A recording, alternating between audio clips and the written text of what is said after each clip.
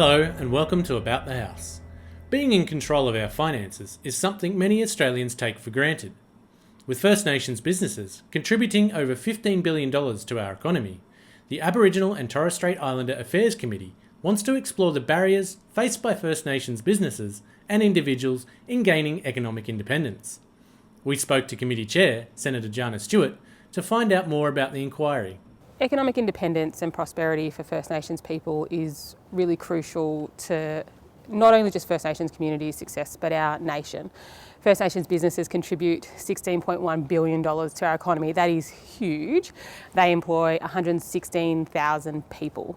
And I think it's a really untold story about the contribution of First Nations people in our country, and I'm really keen to get that on the record and also understand what more we can do as a federal parliament to support the aspirations of First Nations communities around the nation.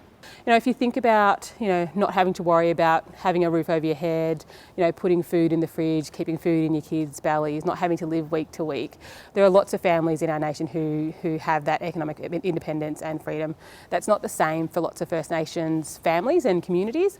So really understanding what it is that we can do to support the economic independence of people, of businesses and of communities. The committee wants to hear from not only individuals, communities and businesses, but also industry. The committee would love to hear from First Nations communities about what your plans are to grow economic independence and prosperity for the benefit of your family, for your community. We'd love to hear from First Nations businesses about how it is you've managed to thrive in our economy, what it is that you're doing. And we'd also really love to hear from industry. We know there's so much good intent and goodwill from people out there really wanting to partner with First Nations businesses and communities, but often there's just not that link there that connects the good intent with the people on the ground. It can be as simple as an email or a letter, or you can go all the way into writing a multiple page document. But really it's important that you write to us in some form. You can actually even submit a video.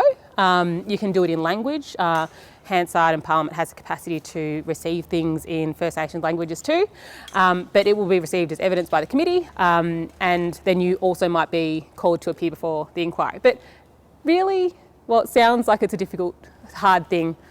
Just think about it as telling us a story. We'd love to hear from you. Tell us your story about your experiences of our economy, of your aspiration for economic independence for yourself or for your community, or just making an economic contribution to our nation.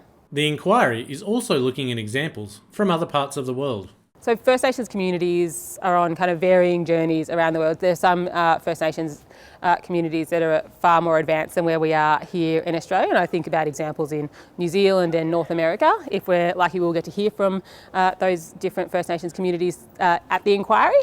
But this is a journey that we're all on together and really looking to, examples from around the world, but homegrown examples too about how we support economic independence and prosperity of First Nations communities, because we know it's not just to the benefit of First Nations communities, it's to the benefit of everybody in our nation. Thanks for watching. To have your say or to find out more about the inquiry, visit aph.gov.au/economic independence.